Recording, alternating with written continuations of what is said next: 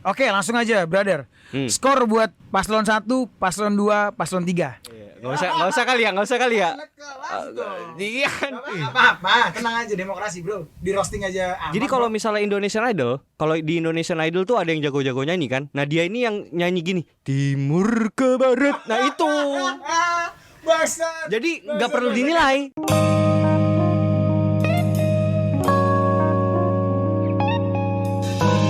Yo guys, balik lagi bersama gue Randy Dan gue Vincent. di Konspirasi Ngopi. Seluput dulu kopinya. Oke gas, tambah 2 torang gas. Salah kita openingnya, harusnya selepet dulu kopinya. Ih bangsat, Gitu, Cok. bangsat. Kopi gak bisa diselepet bos.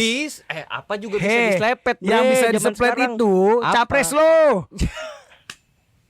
Cawapres. Iya, cawapres, Nyelepet bisa. Nyelepet capres. Oh iya, nyelepet capres. Iya. Oh iya bener ya. Iya. Keren. Gitu, banyak ngomong lo. Tak. Iya. Dia nggak ngomong gitu Oh ya. gak ngomong gitu ya? Nggak boleh Iya. gitu loh, nggak boleh. Iya gua. Tapi baik loh itu Iya. Caimin tuh baik loh orangnya. Asik kayaknya ya. Asik ya? Asik. Doi Asik, tuh asik. kayak sosok bapak-bapak yang kalau misal ketemu anak muda tuh asik. Nongkrong dia. Gue tuh dari awal statement ya. Bahkan Iya. ketika kita ngobrol sama Aiman di akhir tahun 2023, Yes. gue membuat statement bahwa gue ngefans sama Caimin. Sama cowok. Dan sampai sekarang gila. Gila gua respect sih sama Salut. dia. Salut dengan apa ya, keikhlasannya juga, tulus, polos Iya. ya kan. Kemarin di roasting ya kan. Iya, aduh. Itu rada-rada sedikit ini sih. Wah, Terlepas dia setuju atau tidak, tapi kayak too much ya menurut lo ya. menurut gue too much. Tapi kalau yang gue lihat sih bre, kalau konteksnya roasting dan itu ditayangkan di TV nasional, harusnya itu sudah melewati berbagai filter. Artinya sudah melewati berbagai tahapan filterisasi, baik dari acaranya, Iya. dari penyiarnya, dari tim capresnya juga, dan dari tim stand up juga. Oke, Jadi dan itu oke ya. harusnya aman Oke. kayak gitu. Sebelum kita masuk ke topik nih, Bre. Yes. Gue mau ngucapin Happy New Year 2024 untuk teman ngopi. Iya bener. Happy New Year teman-teman. Apakah kalian sudah mencatat di diary kalian resolusi tahun 2024? Nggak kepake. Nggak kepake ya? Nggak kepake. Pasti isinya cuma saya ingin berubah menjadi lebih baik, Iya. ya kan, dan bekerja lebih keras Iya. supaya tidak miskin lagi. Tapi tidak pernah tercapai. Iya, biasanya tuh 1 minggu Sama diet isinya. Iya gini. Biasanya tuh 1, 2, 3, 4 minggu tuh masih konsisten, Bre. Masih konsisten. Nanti udah minggu Januari kelima, awal tuh ya. iya. Wah, udah tuh kacret tuh. Sama kayak debat tuh. Waduh, Iya, kampanye doang kan biasanya Januarinya. Masuk Februari kan baru janji-janji. preparasinya. Semuanya ya bre ya. Semua sama. semua. 1, 2, 3 ya gitulah. emang. Iyalah makanya lah jangan menggantungkan hidup kalian kepada presiden. Ah, Iya, jangan menggantungkan hidup kalian kepada presiden dong. benar, karena at the end kalian kalau lapar ya nyari makan Cari sendiri. makan sendiri, bos. Nggak bisa kalian nelpon Pak tolong nggak bisa. Siapa Anda? Selepet nih. Selepet. Wis. Selepet. Iya. Tapi bre, sebelum kita masuk ke tema, jadi semalam itu bre, semalam tuh bukannya riset bre, kan lu suruh ngeriset, Iya, riset iya, kan, iya. apa nonton debat capres semalam kan, gue malah kagak nonton loh. Gue malah nontonin ada salah satu ya. Wah, sosok ini keren sih bre. Jadi orang ini adalah salah satu bekas mantan intelijen Oke. negara. Intelijen. Yes, namanya itu adalah Komisaris Jenderal Polisi Purnawirawan Dharma Pongrekun. Wow. Keren, Itu keren. lagi naik tuh dia tuh. Lagi naik deh, lagi Iya. naik. Wah, keren sih. Gue respect. Gue juga jadi malah nontonin kontennya. semalam. Bener. Ngobrol sama Helmi Yahya, dia ngomongin masalah geopolitik. Ngobrolnya sama PSI ya. Hah? Helmi PSI Oh, Helmi PSI. Iya. Ya lu jangan lihat situ. Ya lu. Politik banget Anda Iya, ini. saya sedang suka politik. Iya. Nah, tapi yang dibahas di situ menarik bre, karena terkait apa yang dia bahas itu juga apa yang kita jadikan concern juga selama ini bre. Oh, gitu? Iya, jadi intinya apa yang dia gaungkan, dia suarakan itu tentang konspirasi bre intinya. Wah, Konspirasi elit global. sambil ngopi juga lagi dia jangan-jangan. Enggak sih. Enggak ya? Enggak. Oke. Kita doang kayaknya yang Kita ngopi. ya. Iya. Ya karena konspirasi itu lebih mudah dicerna ketika lo slow sih. Benar, menurut gua. benar. Jadi ternyata pun ada beberapa orang yang komentar di Noise gitu. Ada yang komen nih, salah satunya akun Pseudonymous. Oke. Dia bilang tolong undang Komjen DP Mongol DKK katanya. Wis. Mongol ya. Berat. Thank you juga buat referensinya. Dia ngasih banyak tema-tema bre yang bisa kita kulik dan cukup menarik untuk gue riset juga. Karena ini ngomongin tentang apa yang akan terjadi di 2024 sampai periode 2030-an. Oke, semacam nubuatan. Ya bisa dibilang kayak gitulah. Bisa dibilang kayak gitu. Tapi ini lebih ke prediksi. Prediksinya ini dibuat dari data. Dan juga ini menyangkut tentang pertahanan negara, tentang geopolitik juga, dan apa yang akan terjadi ini pasti sesuatu event yang besar, bre. Dan ini juga resonate gitu dengan apa yang disampaikan juga sama Komjen Pol Dharma Pongrekun itu di podcastnya Helmi Yahya yang gue tonton. Jadi di situ paling enggak sih sebenarnya intinya yang dia bicarakan adalah elit global ini at the end adalah orang-orang yang ingin menjadi Tuhan. Kita udah bahas tuh. Dan kita udah bahas, kita udah pernah bahas. Kita udah bahas. Dia bilang bahwa di situ ini adalah orang-orang yang ingin menjadi Tuhan dan ingin menjauhkan orang-orang lain dari Tuhan. Wah, sama lagi dengan intinya sama, Cok. Sama dengan pembahasan kita kan. Iya, Illuminati mau jadi Tuhan.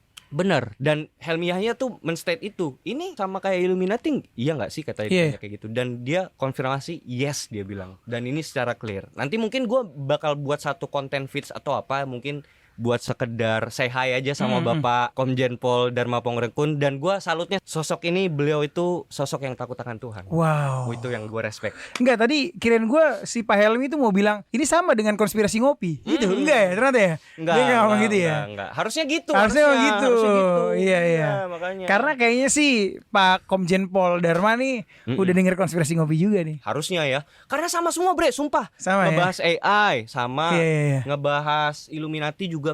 Dan bahasanya informasi yang dia dapat dengan informasi yang kita dapat itu selaras sama informasinya. Jangan-jangan kita satu guru. Enggak, berarti paling tidak kita bisa menyimpulkan informasi yang kita dapatkan A1 bre. A1 ya. A1. Ini yang memvalidasi adalah mantan Wakil Kepala Badan Cyber dan Sandi Negara. Wow. Bukan kaleng-kaleng dong. Heads off untuk konspirasi ngopi. Kenapa jadi kita? Heads off untuk Bapak Komjen Pol Dharma Pongrekun. Pokoknya respect sama beliau karena satu sih yang gue lihat terlepas dari apapun itu, tapi beliau adalah sosok yang takut akan Tuhan. Dan intensi kita bisa lihat lah orang tuh dibalik dia ngomong apa, kita bisa ngelihat intensinya apa. Intensinya apa ya? Intensinya ya dia takut akan Tuhan dan ingin menyatakan kebenaran, bre. Spreading the words of God lah. Yes, dan menyatakan kebenaran gitu. Iya. Gitu. Itu sih yang jadi concern gue. Dan terima kasih juga buat sekali lagi ya buat Pseudonymous udah ngasih banyak tema-tema nih. Buat kalian yang mau ngasih tema-tema baru gitu. Oh ya ntar kita juga bakal ngeriset hal-hal yang lebih seru lagi tentang metafisika. Kita udah lama ya udah gak bawain episode sok saintifik ya. Nah itu kita bakal bahas juga tentang quantum entanglement yang kita udah janjiin pernah di story kita. Wah itu harus banget sih. Dan itu harus banget dan itu butuh riset yang panjang sih kayak gitu. Yes. Jadi, karena berat tuh. Yes, jadi ditunggu aja teman-teman. Bakal banyak banget yang bakal kita lakuin di tahun 2024 ini. Dan Instagram kita mulai rame ya bre? Instagram rame nih. Say thanks juga untuk El Warrior. Yes, terima kasih buat teman-teman El Warrior. Kemarin kita sudah ketemu. Gimana? Ini kayaknya El Warrior nih termasuk pasukan yang menjaga El Rumi ya. Dari gempuran Jeffrey Nicole kayaknya. Ya kan? Menjaga ya kan? Anda bisa ini saja. Bajunya pun kayak Dewa 19 gue lihat tuh. Tapi yang gue tahu El itu ternyata kan El itu Tuhan. El sama dengan Tuhan. Jadi ya berarti kan pasukan Tuhan gitu. Iya berarti El Rumi ini Tuhan nih. El Rumi nih. Enggak, tapi saya thanks a lot lah untuk Mas Taufik ya kan? Ya Mas Zidan. Dan respect sebesar-besarnya terhadap El Warrior yang sudah bukan hanya teoretikal saja tapi menjalankan apa yang dijalankan sebagai orang yang takut akan Tuhan juga at the end gitu. Yes. Menyebarkan cinta kasih, kebaikan itu udah respect sih. Beyond gua respect sama orang-orang seperti ini. Tinggal ditunggu collapse-nya aja nih. Yoi. Konspirasi ngopi X El Warrior. Next akan jadi ditunggu aja teman-teman ya. Iya. Si Vincent akan melakukan astral projection sih. Yes. Semoga bisa ya. Gua belajar dulu tuh. Belajar sama siapa? Sama Mongol kayaknya. Kalau retorika gue harus belajar sama Vicky Prasetyo sih. Oh enggak, sama ini. Sama siapa tuh? Siapa ya? Enggak lah, kalah kelas gue jauh. Gue sama Vicky Prasetyo dulu. Supaya tertata bahasa gue. Gitu. Nah, lu penasaran gak sih Bre? Kenapa kita harus bahas ini gitu loh? Menurut gue ini trafficnya bagus ya. Trafficnya bagus ya. Riding the wave aja ya. Iya. Ya maksudnya kita ngebahas hal-hal yang lagi viral aja nggak sih? Dan maksudnya yang memang resonate kontekstual dengan yang terjadi sekarang aja. Bener-bener Ya ya, kan? karena kan gini kan saat ini situasi geopolitik juga sedang tegang gitu kan. Terus apa namanya saat ini juga mau masuk masa pemilihan umum Betul. gitu kan. Nah menurut gua kenapa enggak Konspirasi Ngopi menyuarakan pendapatnya Yes. perihal masing-masing capres, memberikan informasi yang terbaik gitu bro. Betul. Tapi terlepas dari itu intinya kita sebagai warga negara yang baik ya, Iya, kita juga menyarankan buat teman-teman untuk nyoblos tanggal Benar. 14 Februari wajib. Kalau enggak gue kutuk lu, gue selepet lu Kan gue bilang tadi, gue mau ngegiring teman ngopi untuk datang ke TPS. ke TPS. Yoi. Coblos. Coblos. Tiga-tiganya. Tiga- Oh, enggak. Jangan dong. Jangan ya, nggak sah itu ya. Nggak sah. Nggak dong. sah, iya. Itu sama aja golput sebenarnya. Tapi lebih baik gitu daripada golput. Iya, surat golput- suara kosong bahaya bro. Iya, bisa dipakai. Bahaya iya. Apalagi yang jaga gua kan Ah. di TPS wah. Udah, Gue jual ntar itu. jual ya. Bahaya gak sih itu? Nggak bahaya, Oh, itu bahaya. mah nggak bahaya bro. Emang Apa? kayak gitu kan. Oh gitu ya. Iya.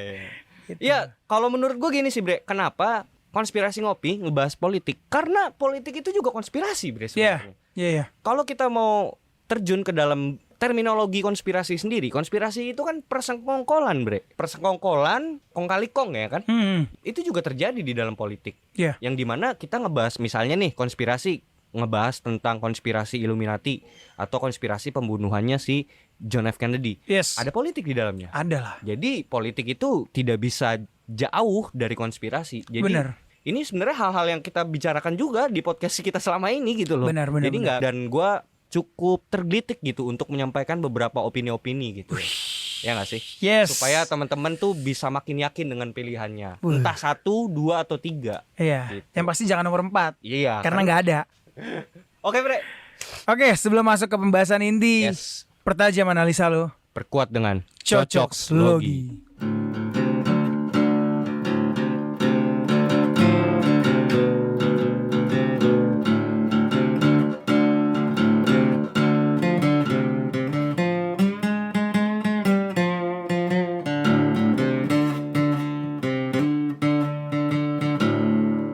Sen, gua kesel nih sama lu nih. Kenapa tuh? Lo sering banget memotong pembicaraannya Aiman. Oh iya, Ya gue juga sih. Emang, Gua juga sih. emang. Tapi pokoknya gue kesel sama lo, gue pengen nyerang lo nih. Kenapa tuh? Lo harus kasih tahu gue di rumah lo ada apa. Gue pengen datang ke rumah lo, gue pengen nyerang. Lo kasih tahu gue. Apakah lo punya senjata tajam atau senjata apa pistol? Gak boleh gitu dong. Itu kan dapur saya. Bapak jangan cari-cari tahu soal dapur saya. Itu Tapi kan- gue harus tahu. Gue pengen menyerang bro. Loh, justru itu kan pertahanan saya. Apakah itu rahasia? Rahasia Cuaks. dong. Masa saya bilang-bilang kalau saya punya handgun ya kan? Kecuali Mamet Gun Shop itu karena kan dia jualan. Iya. Jadi dia harus promosi gitu. Aduh, oke berarti gue batalin niat gue. Iya. Karena gue nggak tahu nih Nggak boleh. tingkat keamanan lu seperti apa. Gue nggak tahu kan. nggak tahu. Ya, gue takut juga sih Bre, kalau kayak gitu. Sebenarnya di dalam rumah gua ada botol gin, Bre. Beh. Itu Ini senjatanya. dia. Tapi kan masa gua harus umbar-umbar kan? Iya. Itu pertahanan gua gitu loh. Nggak berani gue nyerang lo. Saya batalin teman ngopi. Sorry ya. Gak boleh ya, Sorry. gak boleh. Jadi- Sorry ya. Anjing ya. Iya, Mak, gak boleh, Bre. Nggak boleh, Nggak nggak boleh boleh. nyerang-nyerang, nanya-nanya hal-hal yang itu kan ranahnya pribadi. Iya. Itu Aduh. rumah tangga orang masing-masing, Bre. Ya. Itu sama kayak gini, gue nanya lu anggaran lu untuk rumah tangga sehari-hari etis gak sih? Gue nanya lu kayak gitu. Misalnya lu udah berkeluarga Ren, kayak gitu, etis gak lu ngebocorin soal itu? Mungkin kalau temen iya ya. iya, Tapi iya. kalau misalnya seandainya lu sebagai kita rekan kerja yang gak kenal-kenal banget, gimana Bre? Iya, ngapain lo nanyain pri gue? Apa kalau ingin mengambil istri gue? Nah, atau emang lu mau bantuin gua? Mending bantuin kan kagak- Iya. kan Atau kayak lu gitu. mau menghina gue? Nah, kan gitu kan? Iya, benar. Jangan, gak boleh. Oke, kita lanjut ya. Nih, enaknya adalah membahas visi misi masing-masing paslon nih, Bre. Oh gitu. Ya, Iya. di awal. Jadi biar supaya teman-teman ngopi nih yang Tahu. pada malas baca gitu kan, tahu nih sebenarnya visi misinya apa gitu loh. Karena memang gue tahu ya belakangan memang banyak orang-orang lebih suka dengerin podcast daripada baca. Bahkan ada beberapa buku yang dibikin podcast. Audio ya. Apa sih namanya? Audiobook ya? Audiobook. Audiobook itu. Iya, karena kan di masing-masing baliho kan nggak ada visi misinya, Bro. Cuma foto doang baliho. Tidak muat. Iya. Tidak muat. Segede gitu tidak muat. Tidak tidak muat. Sat. Oke. Paslon nomor 1, Bre. Ini mereka menamakannya adalah Indonesia Adil Makmur untuk semua. Ini dari paslon 1 ya? Iya. Oke. Jadi visinya tuh Indonesia Adil Makmur untuk semua. Pemerataan. Oke, misinya nih, memastikan ketersediaan kebutuhan pokok dan biaya hidup murah. Memastikan pangan, energi, dan kedaulatan air. Oke. Yang kedua, mengentaskan kemiskinan dengan memperluas kesempatan usaha, lapangan pekerjaan, dan sebagainya. Ya. Yang ketiga, mewujudkan keadilan ekologis berkelanjutan untuk generasi mendatang. Ya. Wah, mikirin future kan? Ya. Yang keempat, membangun kota dan desa berbasis kawasan yang manusiawi, berkeadilan, dan saling memajukan. Yang kelima, mewujudkan manusia Indonesia yang sehat, cerdas, produktif, berakhlak, serta berbudaya. Meningkatkan IQ lah. Meningkatkan IQ. Ya kan? IQ nggak bisa ditingkatin, Bre. Nggak bisa ya? Degradasi. Yang keenam, mewujudkan keluarga Indonesia yang sejahtera dan bahagia sebagai akar kekuatan bangsa. Yang ketujuh, memperkuat sistem pertahanan dan keamanan negara, serta meningkatkan peran dan kepemimpinan Indonesia dalam kancah global. Ya. Yang kedelapan, memulihkan kualitas demokrasi, menegakkan hukum dan HAM, memberantas korupsi tanpa tebang pilih, serta menyelenggarakan pemerintahan yang berpihak pada rakyat. Wow. Canggih. Aplaus gua. Aplaus. Keren sih, keren. Iya. Misinya tuh bagus lah ya. Bagus ya visi misinya. Ini dari calon presiden nomor 1. Iya, Anies Baswedan dan Caimin. Oke, wakil presidennya. Oke. Nomor 2, visi bersama Indonesia maju menuju Indonesia Emas 2045. Sorry gue potong. Ini karena gue berjanji kepada teman-teman ngopi kalau misalnya kedepannya di podcast lain gue akan memotong lebih banyak. Jadi gue motong. Sat. Jadi gini, ini sebenarnya visi misi yang dikasih ke KPU kan? Iya. Benar kan? Iya. Iya kan? Ini gue dari website resminya KPU. Iya. Gue download. Oh, teori Gitu. ya? Ya teori lah. Ya. Oke, lanjut. Oke. Yang tadi ya, bersama Indonesia maju menuju Indonesia Emas 2045. Calon presidennya Prabowo Subianto, wakilnya Gibran Rakabuming. Gak usah ditambahin, gak usah ya. Gak usah. Anda nih mau Oke. anjing buat Randy. Gak bisa ditahan. Oke. Yang pertama, memperkokoh ideologi Pancasila, demokrasi, dan hak asasi manusia. Yang kedua, memantapkan sistem pertahanan keamanan negara, mendorong kemandirian bangsa melalui swasembada pangan, energi, air, ekonomi. Mirip-mirip sebenarnya. Yang ketiga, sabar jangan potong dulu. Melanjutkan pengembangan infrastruktur dan meningkatkan lapangan kerja berkualitas.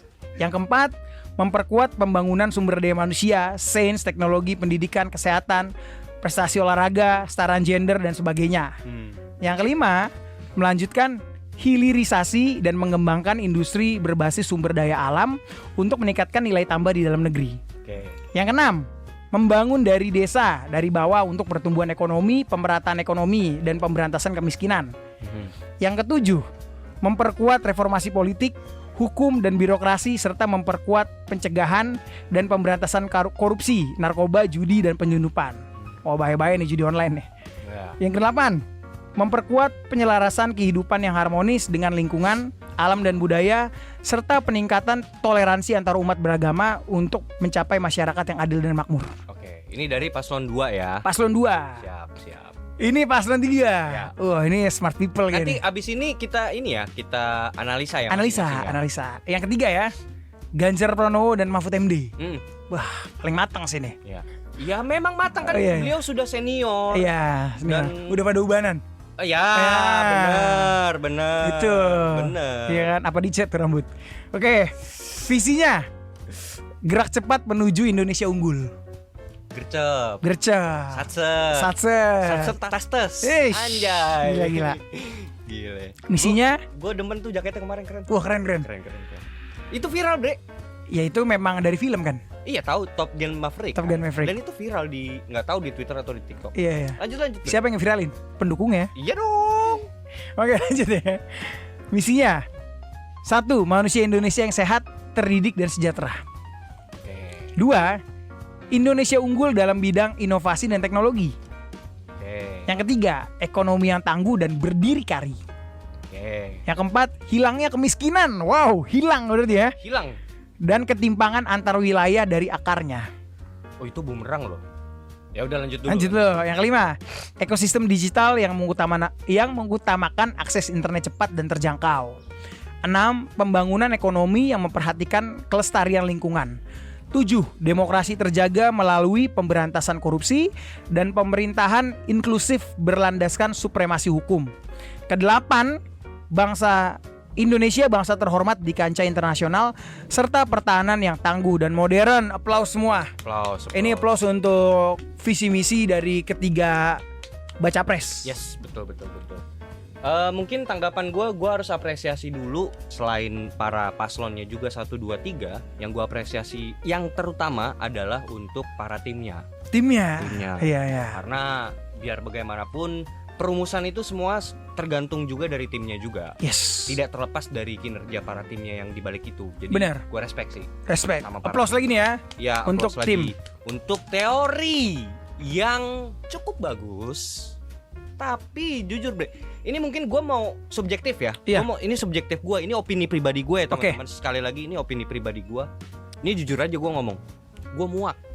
What? Gue muak dengan semua visi misi semua ya. Tadi 1, 2, 3 gue muak semua. Kenapa? Karena ya yang ditunggu-tunggu sama gua ya, sama gua terutama. Mungkin yang sependapat dengan gua, teman-teman ngopi yang seperti sama kayak gua gitu, yang ditunggu adalah kinerjanya. At the end. Oke. Visi misi hanya sekedar visi misi, Bre. Iya, tapi kan untuk mereka bisa melakukan kinerja itu kan betul, ketika ada mereka teorinya. terpilih. Iya. Betul, ada teorinya. Ini yang akan kami kerjakan loh. Benar. Ini yang akan kami sampaikan loh. Betul. Selama itu belum terjadi, selama itu belum terimplementasikan dengan baik, ya hanya sekedar visi dan misi. Iya. Seperti itu. Benar. Sama halnya kayak gini. Jadi makanya gue subjektif. Karena gue muak sama janji palsu. Intinya gitu doang.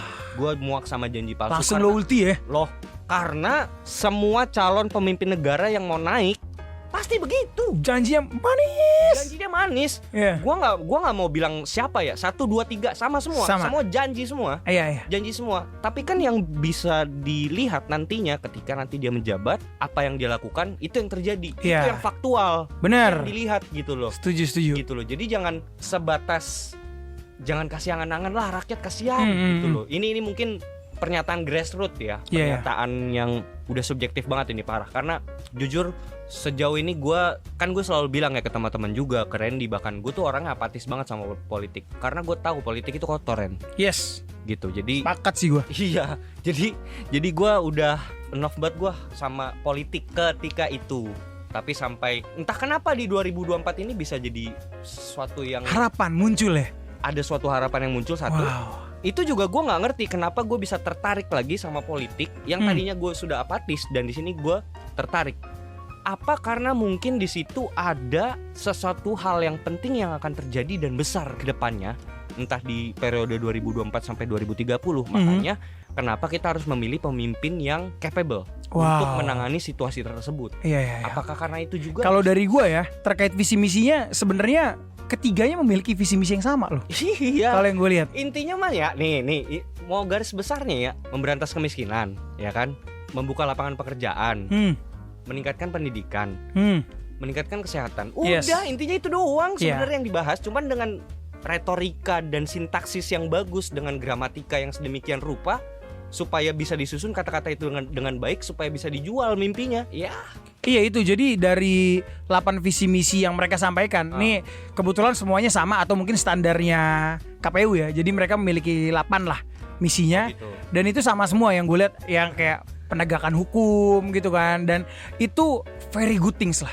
Hal-hal yang mereka tuliskan, mereka sampaikan itu menurut gue hal yang sangat amat baik, dan memang kita menunggu nih siapa yang nanti akan terpilih dan benar-benar bisa melaksanakan visi misi ini. Iya. Tapi terlepas dari pesimistis gua, pastinya gua mengharapkan sesuatu yang lebih baik lah. Pastinya gua mengharapkan apa yang tertulis, apa yang teoritis yang berasal dari visi misinya yang disampaikan para paslon gitu.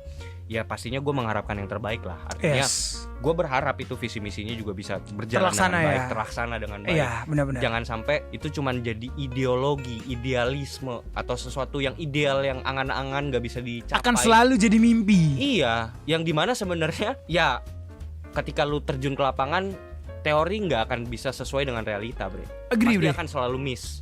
ada bener. miss, bukan selalu miss, akan ada miss gitu. Tapi gue pengen ngasih satu highlight dan satu bold yang perlu gue apresiasi dari ketiga capres ini dengan sangat-sangat netral dan objektif. Tadi gue membuka telinga gue untuk mendengarkan. Kira-kira seandainya gue jadi rakyat awam biasa, Yes. yang mana yang paling menarik? Kan gitu. Iya. Kalau lu siapa? Kalau gua Dari ketiganya. nanti gua kasih tahu. Dari visi misi ini dulu aja. Visi misi menurut gua sama ketiga. Oh gitu. Iya, karena intinya Iya. itu sama semua, Bre. Bener. Tapi kalau seandainya lu jadi yang orang awam nih, seandainya nih visi misi ini lu mau milih yang mana kira-kira nih? Menurut gue lebih simpel nomor 3 kalau gue ya. Oke. Nomor 3 itu kata-katanya nggak kebanyakan, jadi lebih gampang diolah. Iya. Nah, kalau gua akan komentarin semua. Nomor 1 terlalu berbelit-belit. Jadi gua nggak dapet poin apa yang disampaikan di situ. Nomor 3 enggak, gue juga nggak dapet apa-apa dari situ. Sorry to say gitu. Gua harus mengatakan ini. Tapi nomor 2, satu poin yang gue dapat adalah hilirisasi. Udah.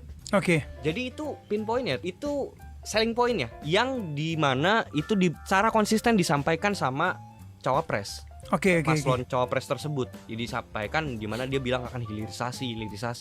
Mungkin di situ juga bisa dibilang itu sangat resonate sih, dan metode psikologis di mana repetisi itu yang nyantol di gua, hilirisasi. Oke. Karena setelah debat itu ya. Dan dari visi misi ini artinya Iya, kan iya. berarti konsisten dia kayak gitu. Gitu sih. Oke, kita lanjut ya, teman-teman ngopi ya. Ini kita lanjut, kita mau memasuki debat pertama nih. Oke, pada saat debat pertama ini yang pertama disampaikan adalah tema terkait HAM, Bre. Oke. Dan subtemanya tuh strategi penanganan persoalan di Papua. Gitu. Nah, di sini Pak Prabowo membuat statement, masalah Papua adalah rumit karena di situ terjadi suatu gerakan separatisme. Separatisme ini kita sudah ikuti cukup lama dan di situ ada campur tangan asing. Gitu. Nah, sebenarnya Pak Prabowo nih konsisten juga nih. Ya. Dia selalu bilang asing. Ini bre kayaknya kebanyakan garam itu. Makanya Asin, asing gitu iya, kan. makanya Iya, asing benar, kan, benar. iya. Iya asing. Nah, dia cukup konsisten tuh dari Pilpres 2014-2019 sampai dengan saat ini dia konsisten tuh campur tangan asing. Gitu. Nah, gue lanjut ya. Ya. Menurutnya, perlindungan kepada penduduk Papua dari separatis menjadi penting melalui penegakan hukum, memperkuat aparat, dan mengakselerasi pembangunan. Nah, jadi Pak Prabowo bilang tuh gimana supaya lo bisa menangani konflik di Papua ini. Lo akselerasi pembangunan di Papua. Itu kalau nggak salah pertanyaan dari Fishball ya? Iya, Iya kan? benar. Lu inget gak sih ditanyain ke siapa itu tadinya? Ke paslon yang mana? Atau ke Ke Pak Prabowo aja? dulu, Oh. iya gitu. Nah, lanjut. Kalau dari poinnya Pak Anies ya. Dari poinnya Pak Anies itu Terkait ini yang Papua ini. Papua. Ya? Oke, siap. persoalan Papua lebih dari kekerasan. Menurut Pak Anies adanya gerakan separatisme itu sendiri gitu ya. Iya. Apa adanya gerakan-gerakan yang bergejolak di Papua lah. Iya, iya, maksudnya iya, gitu iya, kan. iya, iya, iya. Itu karena adanya ketidakadilan di Papua. Adanya Mamat Gun Shop kali. Bisa jadi kali itu. Langsung aja bre, ya Ya, kan. Iya. gitu. Kita bantuin doi juga goreng-goreng. Nah, kalau Pak Ganjar sendiri kan dia kayak menjadi penengah lah, mungkin dia bilang kayak dalam mengatasi konflik Papua tuh butuh dialog, dan itu disepakati oleh Pak Anies dan Pak Prabowo. Iya. Nah, Gue mau nanggapi Bapak Ganjar ya. Doi pintar cari aman sih. pinter cari aman Cari ya. aman dia. Pintar Seorang cari guru, aman. Bre. Iya, Kalau kata Rocky Gerung. iya. Dia pintar cari aman. Eh. Jadi di mana ketika kubu A dan kubu B sedang bercekcok, cak, nah dia mundur pelan-pelan. Cia, iya. Pinter dia, pinter Cari dia. celahnya oke lah ya. Nah dia masukin ntar nih, hebat dia politiknya. Nah, ini poin yang gue suka adalah gue sebenarnya sepakat sih mungkin dengan omongan Pak Anies gitu ya. Gue sepakat dengan omongan Pak Anies, dia bilang bahwa adanya ketidakadilan di Papua. Nah, itu masalahnya. Let's say ketidakadilan. Cara lu untuk mengatasi ketidakadilan itu, gue suka dengan statementnya Pak Prabowo. Apakah Bapak Anies Baswedan menyampaikan solusi di situ? Enggak, karena waktunya memang Oke. enggak banyak, Bre. Tapi apakah di dalam konteks pertanyaannya ditanyakan solusi juga? Lebih ke gini sih, kalau gue lihat tuh Atau cuman tanggapan? tanggapan gitu kan. Cuman sekedar tanggapan ya, Yes. tidak diminta solusi juga ya. Oke. Dan waktunya mungkin juga memang Iya, iya, tidak iya. banyak lah. Iya, iya. Nah, gue setuju dengan apa yang disampaikan oleh Pak Prabowo dengan akselerasi pembangunan di Papua. Akselerasi pembangunan di Papua. Oke. Yes. Karena kenapa sih adanya ketidakadilan? Loh, karena Papua itu selama ini dibangunnya tuh enggak semasif di Pulau Jawa. Ya, udahlah kita fluently say it lah. Udah ini kita emang gak rata. Udah gitu Iya. aja. Kita memang kita mengakui. Bahkan di masyarakat grassroots sekalipun akan bilang bahwa memang mau nggak mau ya dengan sangat berat hati kita bilang ya kita memang tidak rata untuk masalah pembangunan, untuk khususnya kepada saudara-saudara kita yang di timur. Itu Nah. kita harus akui bersama, Bre. FYI ya, Mm-mm. anggaran pemerintah era Jokowi untuk pembangunan Papua Oke. dari 2014 sampai 2022 Mhm. itu mencapai 1.036 triliun. Wow, Itu yang terbesar terbesar dari seluruh presiden. sebelumnya Iya. dari presiden-presiden sebelumnya. Yes. Wow. Jadi Jokowi ini Kalau sebenarnya persentase tahu nggak, Bre? Kira-kira aja nih. Iya, ya. iya. Persentasenya berapa lebih besar persentase? Lebih besar kan lu bilang lebih besar kan? Persentasenya berapa persen? 50% kah? 30% kah? Lebih besar? Oke, zaman SBY, Kira-kira. zaman SBY cukup besar gitu. Zaman SBY Ya. itu gue sempat baca data di 2012-2013, Aha. Pak SBY itu menganggarkan 40 sampai 50 T per tahun.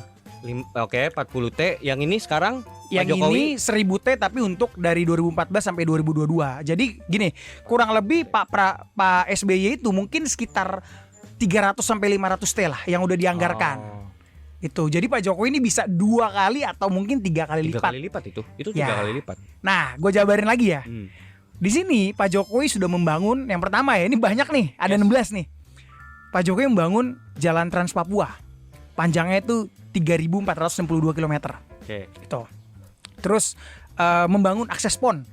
Ada 8 sarana olahraga termasuk Stadion Papua Bangkit berstandar internasional. Mhm. Yang ketiga jembatan Yotefa. Mhm. Yang keempat penerapan BBM satu harga. Jadi Pak Jokowi ini berhasil menerapkan harga BBM yang sama gitu loh, Oke. yang setara di Papua. Oke. Terus Serat Optik Palaparing Timur membangun Papua Youth Creative Hub atau Silicon Valley di bumi Cendrawasih. Oke. Perekrutan 1.000 pemuda asli Papua bergabung di Badan Usaha Milik Negara. Pos lintas batas negara PLBN Sota di Kabupaten Merauke. Terus bandara, ada 10 bandara yang tengah dalam proses. Itu kan, itu ada di Bandara Nabire Baru, Bandara Morap, terus baru dibangun lagi 4 bandara tuh di kayak Manokwari, Bandara Waisai, Raja Ampat, Bandara Waisor Baru, Bandara Baru Siboru Fakfak, Rumah Sakit Jenderal TNI. Pembangunan jalan perbatasan di Papua dengan total panjang 1.098 km. Oke, tapi intinya berarti semasif itu pembangunannya sudah diberlakukan. Kalau menurut lu secara subjektif, Bre, Secara apakah objektif. subjektif? Oke. Secara subjektif, secara opini pribadinya Randy, menurut Randy, melihat apa yang terjadi di Papua, pembangunannya seperti apa? Apakah berhasil Pak Jokowi? Kalau dibilang berhasil atau enggak ya, gue percaya pada proses. Gue nggak bisa bilang saat ini berhasil atau enggak. Oke.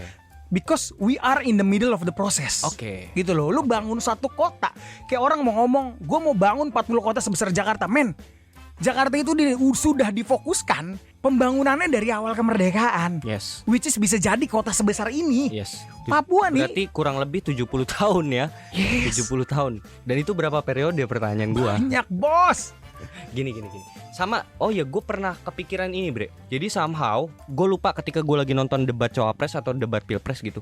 Di otak gue berpikir, sebenarnya ini terlepas dari konstitusi dan undang-undang dasar kita ya. Tapi periode 5 tahun itu terlalu singkat, Bre. Ya. Jujur, itu terlalu singkat untuk melakukan apapun. Itu hanya cuman jadi perencanaan. Oke. Untuk hal-hal besar ya. Kita nggak ngomong yang kecilnya lah. Yang remeh-temeh lah. Ya, tapi kalau udah ngomong skala besar, apalagi in case secara khusus lah kita ngomongin IKN misalnya, 5 tahun gak bisa. Ya enggak lah. 10 tahun aja gak bisa. Ya makanya kan undang-undangnya udah mengikat berpuluh-puluh tahun, bro. Maka dari itu gue bilang kayaknya rasanya 5 tahun dan 10 tahun itu kurang bisa untuk memperlihatkan kinerja si presiden ini gitu loh. Jadi kesannya gini, Bre, cuman estafet kekuasaan doang. Iya. Jadi numpang lewat doang. Kalau tidak presidennya. diteruskan ya, kalau tidak diteruskan. Tapi kalau presiden selanjutnya meneruskan itu bakalan jadi. Betul. Ya itu kalau konteksnya IKN. Tapi kalau misalnya dalam hal lain lah gitu. Misalnya dia punya program membuat apa gitu yang skala besar lah. Gue ngomong nggak implementatif ya. Gue ngomong yang teoretikal aja. Hal-hal besar lah intinya yang memerlukan waktu 30 tahun, 40 tahun gitu. Yang dimana dia cuma merencanakan doang 5 tahun.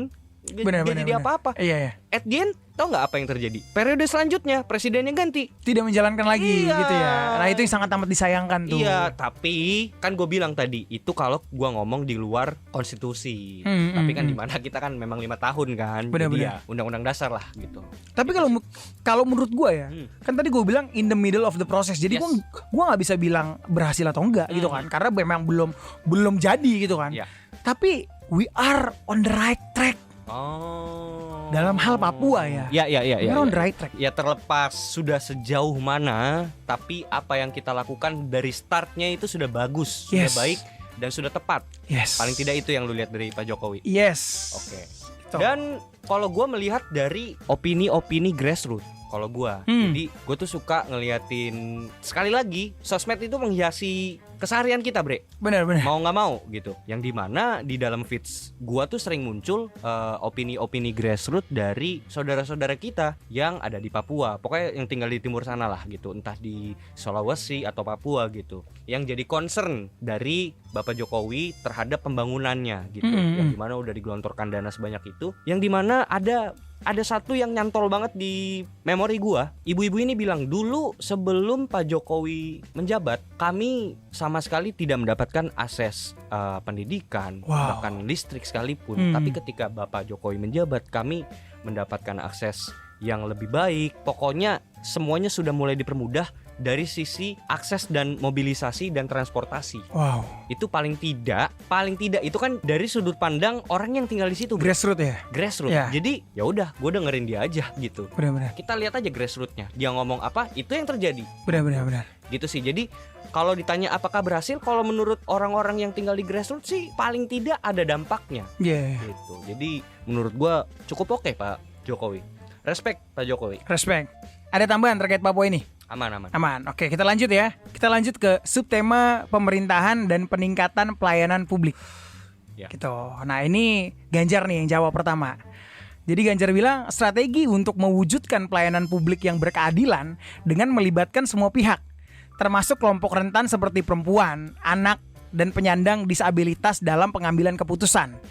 Yang kedua, dari sisi aparatur harus ada kontrol publik di mana pemerintah menerima masukan dan gak boleh baperan. Oke, jadi dari sang pemegang regulator itu nggak boleh baper. Iya, gitu. siapa itu yang minta video roasting dipotong? Cuak kakak. Itu kayaknya Kazakhstan deh, Bre. Kazakhstan itu ya. Itu paslon Di Kazakhstan stand up comedy naik tuh. Iya, di Kazakhstan loh ya, Iya. bukan di Indonesia ya. Bener. Harus digarisbawahi itu. Tapi gue respect, Bre. Gue jujur aja gue mau ngomong bahwa gue respect sama paslon nomor 1. Oke. Bahwa mereka tuh pada akhirnya membuktikan kepada masyarakat mereka bisa gitu untuk paling tidak setidaknya itu ingin memperlihatkan kepada masyarakat bahwa mereka tuh bisa dikritik dan Terima kritik ya. dan menerima kritikan. Wah, itu sangat-sangat elegan dan dewasa sih menurut gua ya. Wow. Gitu. Meskipun apapun dari segi manapun kita lihatnya, tapi tetap gua respect Berarti dari segi itu. Berarti apa yang Paslon disampaikan Pak Ganjar ini nggak boleh baperan udah dijalanin oleh paslon 1. Sudah sebelum sudah dijalankan dan Sudah terbukti. dijalankan, terbukti Dan ya. terbukti, Oke. gitu. Nah, Pak Anies langsung menjawab nih. Ya. Pak Anies di sini dengan sangat bangga dia bilang, Pak Anies sudah berhasil melakukan itu saat dia menjabat di DKI Jakarta dengan membuat aplikasi Jaki. Oke, siap. Jaki nih Jakarta Kini. Oke. Correct me if I'm wrong ya. Iya. Nah, ini all in one apps lah. Di situ tuh lu bisa ada mulai pelayanan pengaduan, ada akses transportasi, ada berita-berita terkait what's happening in DKI Jakarta dan sebagainya. Gitu. Dan gua sebagai warga Bekasi tidak menikmati itu. Ya karena gua warga Bekasi, Bro. tapi maksudnya mobilisasi kita kan juga ke Jakarta juga, Bre. Ke Jakarta. Paling tidak kita bisa ikut merasakan. Iya, nah dan tapi banyak buzzer-buzzer paslon lain ya yang menyerang paslon 1 ini dia bilang, wah aplikasi nggak guna, banyak error gitu loh. Dari paslon buzzer-buzzer. Sering lewat di feeds gua. Iya kan? Sering lewat di feeds gua katanya gagal, banyak Ya. yang gagal. Yang Iya. dimana sebenarnya gua juga nggak tahu, gua nggak pakai aplikasinya dan gua nggak tahu. Gua cuma tahu dari informasi entah buzzer, entah apapun itu, tapi yang gue dapat adalah gagal katanya aplikasi ini. Nah, tapi nyatanya gimana, Bro? Nah, ini yang akan gue highlight. Jadi, gue sempat ngobrol dengan teman-teman gue yang memang orang Jakarta, yang Yes. suka commute lah. Commute. Oke. Iya, mereka tuh merasa terbantu dengan aplikasi Jaki Hmm? karena mereka pernah membuat suatu laporan aduan lah, misalnya kayak di rumahnya tuh bau sampah karena orang bakar sampah sembarangan dan sebagainya, itu ditindaklanjutin. Terus jadwal-jadwal segala macem, apalagi aplikasi Jaklinggo ya. Correct me if I'm wrong, Jaklinggo deh kalau nggak salah. Itu mereka benar-benar terbantu tuh karena mereka bisa commute tuh, mau naik kendaraan apa. Iya. Nih kebetulan ada mas-mas lewat nih, kita tanya aja nih gimana kalau orang yang menggunakan Jaklinggo nih. Kebetulan dia menggunakan Jaklinggo nih. Coba opininya dari opini grassroots yang menggunakan aplikasi Jaklinggo. Untuk Jaklinggo, gue orang Bekasi ya. Gue nyarinya aplikasinya Backlinggo. anjing, Backlinggo ya. Iya. Mas, pindah aja mas, pindah. Gak usah tinggal lagi di sini mas. Di Jakarta ya? Iya, nggak maksudnya nggak usah hidup aja mas kan. Ya. Nah faktanya Jaklinggo itu aplikasi untuk commute lah itu. Kalau Jak itu berarti dia fokusnya lebih ke komunikasi masyarakat gitu. Komunikasi masyarakat. Nah, Kalau KTP gitu-gitu gua nggak tahu ya. nggak tahu ya. Karena gue sebenarnya kan kita orang outsider nih udah. Iya benar. Kita bukan orang DKI Jakarta Iya, kan. kita orang planet Bekasi memang. Planet, iya. Betul. Untung bukan planet Namek loh. Iya sebelahnya memang sebelahan. Nah, jadi kalau dari teman-teman gue yang memang orang DKI Jakarta, mereka merasa terbantu bre dengan aplikasi ini. Oke. Gitu. Bagus sih. Aplikasi ini bagus karena ketika lo ngomongin, lo membuka WA pengaduan, maaf ya menurut gue WA lo bisa nampung berapa message sih. Benar. At the end lo butuh admin segala macem yang Dan chatbot, puyeng banget itu. puyeng bre. Kalau Puyeng, aplikasi kan lo membuat laporan, di situ ada fotonya dan sebagainya, itu lebih efektif. Dan juga kan biasanya kalau kita menggunakan aplikasi chat ya apapun itu ya, itu biasanya mereka tuh menggunakan jasa chatbot. Iya. Dan bukan orang Bener. gitu kan. Maksudnya ya gimana lu laporan apa gitu kayak kan nggak bisa, susah. Ya karena kalau yang ngecekin orang ratusan ribu message mati. Iya, Cok. Iya. Mati bos. Mati. Gila lo udah Asli, chattingin asli. orang ya kan. Yang ada pada resign ya. Iya. Nah iya. itu jadi Pak Anies wajar lah menyombongkan diri ya menurut gua saat itu. Karena memang terbukti ya. Terbukti. Kalau- Waduh.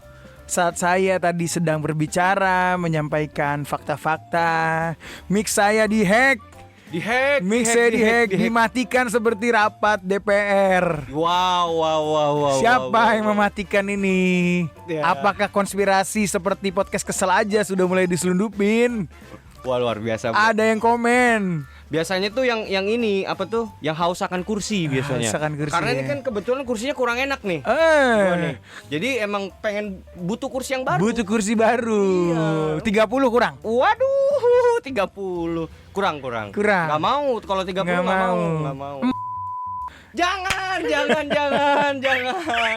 Oke, gue lanjut deh ya. Jadi dalam peningkatan pelayanan publik, Pak Prabowo menyampaikan bahwa kelompok rentan termasuk petani dan nelayan tuh dia mendengar banyak keluhan gitu loh dari petani dan nelayan, khususnya petani tuh dalam pelayanan publik ini petani tuh kesulitan mendapatkan pupuk bre. Oh. Khususnya daerah Jawa. Nah, dia Ingat, memberikan ingat. pertanyaan itu ke Pak Ganjar gitu. Nah, Pak Ganjar menjawab kelangkaan pupuk bukan hanya ada di Jawa Tengah, Pak. Di semua Lini. daerah. Iya. Tahu nggak lo kenapa langka pupuk? Nggak tahu. Nah, ini Pak Jokowi pernah bilang sih bahwa sebenarnya bahan dasar pembuatan pupuk itu sendiri itu mayoritas berasal dari Rusia dan Ukraina, bre. Setahu gue Rusia dan Ukraina itu kaya banget akan gandum gitu loh. Gandum dan nabati. Gue gak tahu apakah itu bahannya atau bukan gitu. Ya. Tapi Pak Jokowi membuat statement ini di saat dia bertemu dengan asosiasi para petani, bro. Oh. Gitu. Iya. Itu sih. Oke. Ada tambahan mungkin dari lo terkait subtema pemerintahan dan peningkatan pelayanan publik atau kita lanjut? Cukup. Cukup ya, kita lanjut ya. Nah, di sini lanjutannya adalah subtema penanganan disinformasi dan kerukunan warga. Disinformasi. Ya, dan kerukunan warga. Di sini yang ditanya itu pertama Pak Anies. Oke. Itu Pak Anies menjawab untuk meningkatkan toleransi adalah lewat penegakan hukum dan negara harus mampu menjangkau semua. Oke. Dan Pak Anies ingin membuat ruang untuk rakyat menyampaikan pendapat dan ada layanan pengacara gratis untuk rakyat sebagai bantuan hukum melalui program bernama Hotline Paris. Oke, bukan Hotman Paris itu bukan ya? Bukan, Oh, bukan.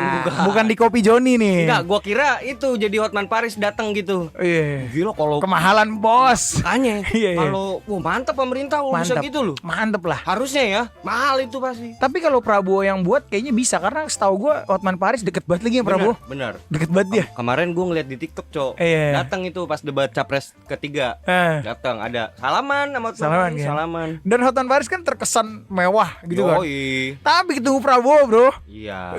Iya Pak, Sukses, iya Pak. Pak. Iya. Sukses. Yang ngomong sukses, Pak. Bener. Gitu. Makanya banyak orang yang komen di atas Hotman masih ada Prabowo kata Iya. dia. Tapi di atas Hotman ada lagi, Bre. Siapa tuh? Satu undangan yang diundang tapi nggak mau datang. Siapa tuh? Coki Pardede. Wih, Bener, Bre. Coki Pardede. Iya. Tapi Coki Pardede ngomong, saya nggak mau datang Kenapa? karena dia sadar kehadiran dia di situ takutnya ya gimana gitu loh.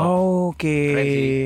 Keren Doi keren. diundang loh, diundang untuk Keren ya. duduk di situ. Iyalah, dia udah punya masa soalnya si Coki, Bro. Yoi. Gitu-gitu keren dia. Termasuk kita. Nah, gue lanjut ya. Pak Ganjar menambahkan pentingnya menekankan pendidikan budi pekerti agar mampu menjaga persatuan di tengah masyarakat majemuk. Wah, gue setuju lagi. Setuju banget gue. Budi pekerti. Jadi tuh orang-orang tuh harus tahu nilainya masing-masing dari every culture, every religion gitu loh. Sehingga mereka nggak ada rasa untuk menghakimi. Oh, Gitu. Agar toleransi tersebut bisa tercipta gitu ya. Benar. Nah, Oke. Pak Prabowo menambahkan pertanyaan ke Pak Anies tuh kayak ada kelompok minoritas Pak yang sulit mendirikan rumah ibadah. Diulti langsung sama Pak Anies, Bro. Pak Anies mengklaim bahwa dirinya adalah gubernur DKI Jakarta yang paling banyak memberikan izin mendirikan tempat ibadah. Dan itu benar. Itu fakta. Dan itu Itu fakta. fakta. Dan gua respect soal itu. Gua Respect ya. Mantap.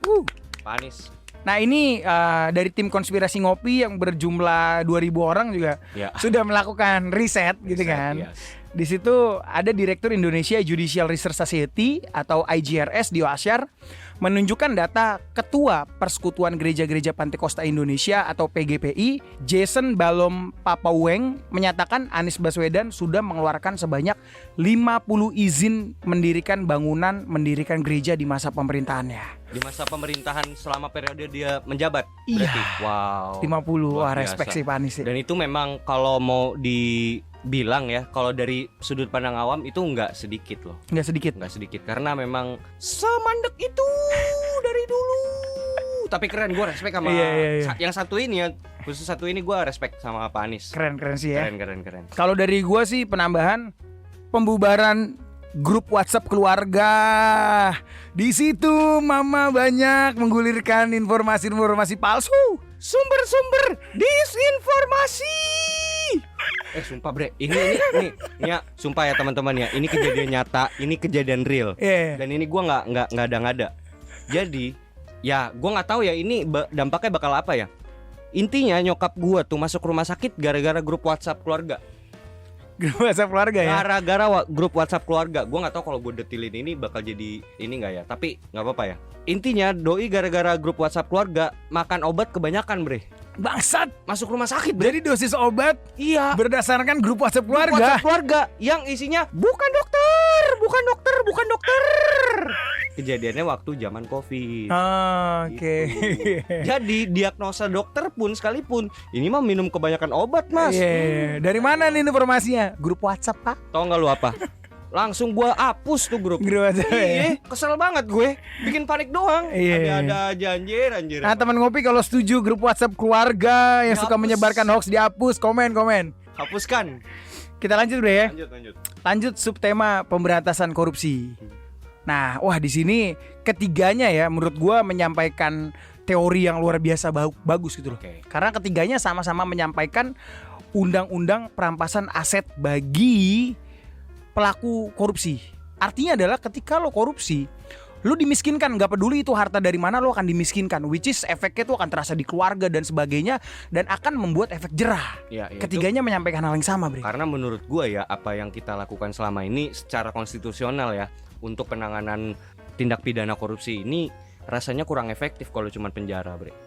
Iya, duit lu masih banyak anjing. Karena masih keluar. keluar. Ya maksudnya kita buka mata aja lah. Emang bener bre gitu. Maksudnya yang ketika lu punya duit tetep aja mau lu di mana tetap bisa dengan Berkuasa ya. dengan sewenang-wenangnya gitu. Jadi nggak ada efek jerah apapun dan nggak akan membuat koruptor kapok gitu loh bre. Dan anehnya gini bre, sebenarnya dari zaman Pak SBY berkali-kali menekankan untuk pembuatan undang-undang ini bre. Lanjut ke Pak Jokowi berkali-kali juga melakukan hal yang sama. Berarti kalau kita mau kalkulasiin aja itu udah 10 tahun lebih loh anjing. Oh iyalah. Iya kan? Jokowi udah 10. Iya, 10 tahun lebih. Iya. Gila loh. Jadi presidennya punya niat yang baik dan yang sama. Tolong buat undang-undang ini. Yang ngebuat siapa? Dewan apa? Ini bre, perwakilan rakyat. Ya. Nah kenapa sih Pak DPR, mungkin Pak DPR yang terhormat, kalau Anda mendengarkan podcast ini, apakah ini karena tekanan ketua partai atau apa Anda tidak mau mengesahkan undang-undang ini? Itu kan Karena ini bre, sibuk bre. Terlalu sibuk ngurusin banyak kerjaan yang lain bre. Kayak gitu. Jadi nggak fokus lah sama hal itu gitu. Bermain Zuma? Ya, itu salah satunya. Bangsat! Sama tidur. Kesel banget gue anjing. Kesel gue jadi emosi ngomong ini. Lanjut lah bre. Udahlah, ini korupsi ya udahlah. Masih mimpi ya? Ya, angan-angan ini mah. Nah, lanjut ke subtema penguatan demokrasi, bre. Nah, ini di sini hal yang menarik yang disampaikan oleh Pak Anies nih. Mungkin para podcaster, para stand up comedian akan setuju dengan disampaikan Pak Anies bahwa Pak Anies menilai kepercayaan rakyat saat ini semakin menurun pada proses demokrasi. Tak sekedar kepada partai politik, kebebasan berbicara menurun dan angka demokrasi menurun. Setuju nggak lo bre? Setuju 100% gue setuju. Setuju ya? Iya. Dan itu gue bukannya mau menyerang suatu pemerintahan tertentu ya, atau membanding-bandingkan ya. Tapi kalau kita mau lihat dan melek sebenarnya di zaman SBY dengan zaman Pak Jokowi, presiden kita yang terhormat ya, itu memang perbedaannya cukup signifikan kalau kita lihat. Ini gue ngomong konteksnya kebebasan berpendapat ya, freedom of speech ya. Tidak seleluasa ketika zaman Pak Susilo Bambang Yudhoyono. Gue harus akui itu. Maksud gue di mana zaman sekarang orang ketika ingin berkomedi menggunakan bahasa-bahasa idiom dan ibarat kata itu adalah suatu ketakutan, di mana dibayang-bayangi oleh undang-undang, bre. Undang-undang yang seolah-olah ingin meregulasi perasaan dan hati orang. Iya. Maksudnya seorang hakim gimana bisa gitu kan membuktikan. Maksud gua kan kalau hal empiris yang bisa terlihat. Gini deh, bagaimana bisa lu membuktikan keberadaan Lucifer, bre? Nggak bisa kan? Bisa. Gimana, Cok? Waduh. Bisa bicara. Anjing. Lucifer. Iya, maksud gua aduh gua abstrak itu hukum meregulasi hati orang. Itu udah gak masuk akal, Cok. Gini loh, kita hidup di negara demokrasi. Kecuali ya kita berada di negara feodalisme. Bener. Yang dimana patuh terhadap kingnya, rajanya gitu loh. Kalau ingin menjalankan demokrasi seutuh-utuhnya, jangan pernah dikekang gitu loh. Itu hak yang paling fundamental anjir. Dari seorang manusia, ngomong itu adalah hak paling fundamental. Idealnya ya, ini gue ngomong idealnya, undang-undang itu yang sampai hari ini pun perumusannya juga masih rancu. Yang katanya dari dulu omongannya tuh pengen direvisi lah, diperbaiki. Mana sampai sekarang nggak. Negara lu ngurusin hati bre, ngurusin hal abstrak bre. Nah sekarang pertanyaan gue, sekarang pertanyaan gue gini, bagaimana bisa seorang hakim membuktikan ketersinggungan orang? Nggak bisa, nggak, alatnya apa? Emang ada alatnya kita berarti deteksi hati orang? Kan nggak ada. Secara tidak langsung lo menyatakan bahwa undang-undang ini itu sebenarnya undang-undang yang bisa maaf ya diperjualbelikan, digunakan oleh oknum yang punya kuasa, punya uang, punya duit untuk menyerang orang tertentu. Atau memang seandainya nih katakanlah gue nggak suka nih Ren sama lu Ren, gue punya duit, terus lu pernah salah ngomong sama gue, itu mati bisa gue. Iya. Bener loh. Bener. Nah itu kan apa ya? Jadi loh ini hukum digunakan harusnya buat keadilan, tapi kok jadi buat senjata ya? Iya. Senjata untuk memusnahkan orang gitu loh. Kasian gitu loh bre. Apalagi korbannya rakyat kecil yang nggak tahu apa-apa. Tapi gue setuju adanya harus ada regulasi, gue setuju gitu. Kalau yang keterlaluan mah goblok emang, jadi harus ditangkap. Bebas tapi tidak semena-mena. Betul, tetap gitu ya. Demokrasi kan pasti tetap harus ada regulasi, setuju gue. Kayak gitu. Nah di sini Pak Prabowo bilang kayak Pak Anies berlebihan. Mungkin Pak Prabowo nangkepnya beda ya. Jadi Pak Prabowo tuh nangkepnya adalah kalau demokrasi tidak berjalan, nggak mungkin Pak Anies bisa jadi gubernur, karena pada saat itu mereka tuh oposisi, bre. Pak Anies tuh oposisi pemerintah dan dia bisa mengalahkan calon yang datangnya dari pemerintah, yaitu Pak Ahok. Tapi gue kok malah melihatnya kalau gue perhatiin tuh kesannya Pak Prabowo tuh jadi tendensius sama Pak Anies gitu loh.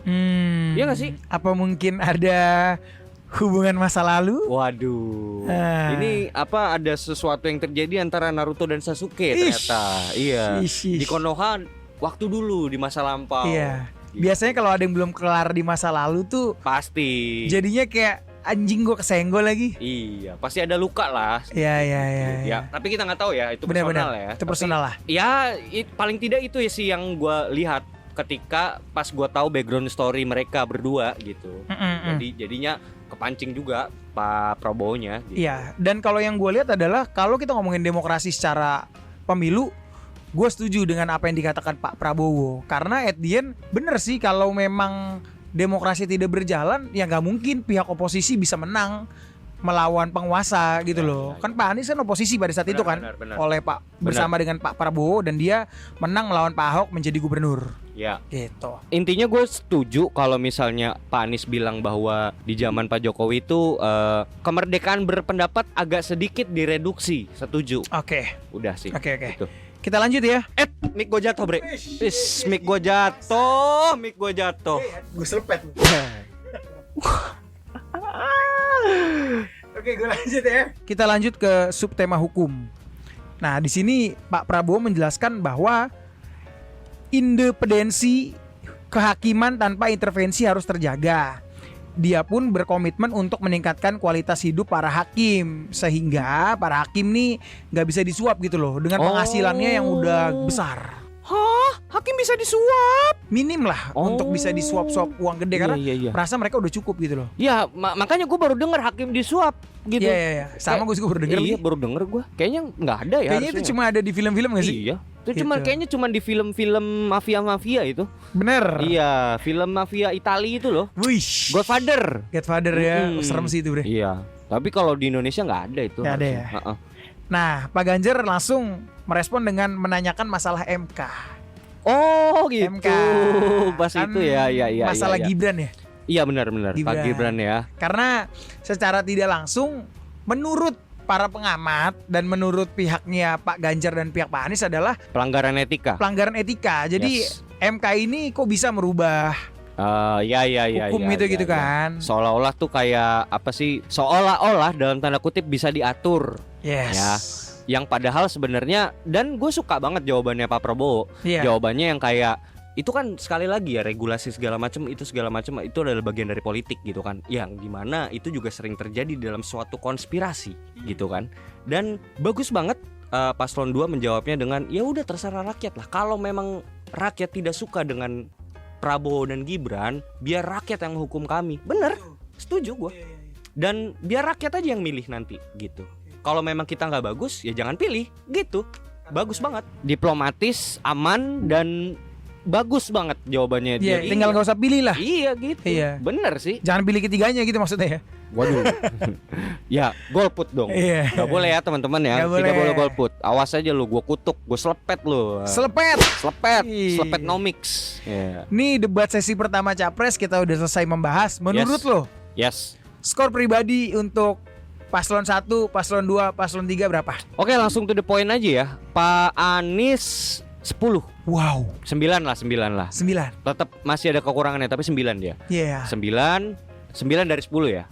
Bukan dari 100. Bukan 11 dari 100 bukan. Oke. Pak Prabowo 3, Pak Ganjar 5. Kenapa? Karena dia berada di tengah-tengah, cari aman aja. Gitu. Cuman Pak Prabowo, sorry to say, I must say this gitu ya, agak sedikit kurang untuk debat ya, karena konteksnya debat. Untuk debat. Iya, tapi kan belum tentu orang yang pintar debat kerjanya bagus. Belum tentu. Nah, setuju. Bener gak? Iya gitu. Gue juga kalau penilaian gue pribadi, Pak Anies 9,5. Kenapa gue kasih skor 9,5? Wow, perfect sih Pak Anies. Parah. Jawabannya bagus, tegas, lugas, mudah dicerna. Penyerangannya pun keren. Manuvernya. Manuvernya. Yang dimana itu diperlukan di dalam debat. Benar. Penyerangan itu perlu di dalam debat karena konteksnya debat. Yes. Debat itu harus bisa menunjukkan kelemahan dari lawan. Exactly. Dan itu sangat baik dipertunjukkan oleh the best public speaker in Indonesia kalau gue bilang ini Pak Anies nih. Karena kalau dia bikin dia buka suatu les gitu ya, les retorika bre. Wow, gue ikutan anjir. Sumpah dah. Les retorika, gramatikal dan sintaksis. Wih, gila, gue mau banget gue ikut. Karena itu yang kita lakukan sebagai konspirasi ngopi berretorika. Kata Coki kata Coki ya lah, kalau public speaking mah gue juga bisa gitu kan. Ya, the best sih doi. Dan kenapa nggak gue kasih nilai 10? Karena kesempurnaan hanya milik Allah Subhanahu Wa Taala. Betul, setuju. Keren ya? Keren. Oke, Pak Prabowo unfortunately 5. Kenapa 5? Karena Pak Prabowo ini banyak kepancing. Oke. Jadinya dia tidak bisa mengeluarkan ide-ide rasionalnya. Jadi menurut gue kurang menarik sih jawaban-jawaban yang dia kasih. Jadi tendensinya lebih kepada emosinya berada di atas logikanya ya. Iya, saat gitu debat ya. ini. Analytical skillnya nggak bisa keluar. Yes. Karena terpancing emosi itu. Satu sih kalau gue lihat karena Pak Prabowo juga udah umur ya. Oh iya benar. Udah berumur lah menurut gue gitu loh. Karena dulu zaman dia debat sama Pak Jokowi, wow dia keren sih. Masih tajam ya. Masih tajam, masih sharp. 2000 berapa sih? 2019. 2019. Iya sih, benar sih. Untuk Pak Ganjar Pranowo, wah the real motivator. Real motivator Menurut gue. Jawabannya itu memotivasi. Dan gue suka sama senyumnya anjir. Iya. Wih gila, senyumnya itu memang menghipnotis anjir. Bener loh. Itu senyum-senyum mendeduhkan. Yes. Iya. Gue seneng loh. Serius. 7,5 lah. 7,5 ya. 7,5. Itu sih ya, mungkin kalau teman ngopi juga sebagai rakyat ya, ini penilaian asal rakyat aja gitu. Benar. Itu boleh juga nilai di komen gitu kan. Ya apa yang lu harapkan? Kredibilitas apa yang lu harapkan dari warung kopi bre? Iya. Nggak ada. Iya, warung benar. kopi. Kredibilitas ini apa namanya? Kopi, aroma kopi dan tembakau. Iya, dan bau ketek tukang beca. Anjay. Iya. Bukannya ini ya. Keringat-keringat warung rakyat. kopi. Keringat-keringat rakyat itu bahasa diplomatis tuh. Yoi. Karena kan kita memang 10 tahun ini kerja. Kerja. Iya. Abis kerja ngopi dong. Yes. Iya. Dari debat cawapres kemarin bre, Menurut lo gimana? kalau cawapres gua lebih seru nonton debat cawapres dibanding debat pilpres kemarin. Oh gitu. Serius? Kenapa? Lebih hidup. Lebih hidup ya. Lebih hidup, kompetisinya lebih terasa dan lebih objektif. Entah Oke. kenapa ya.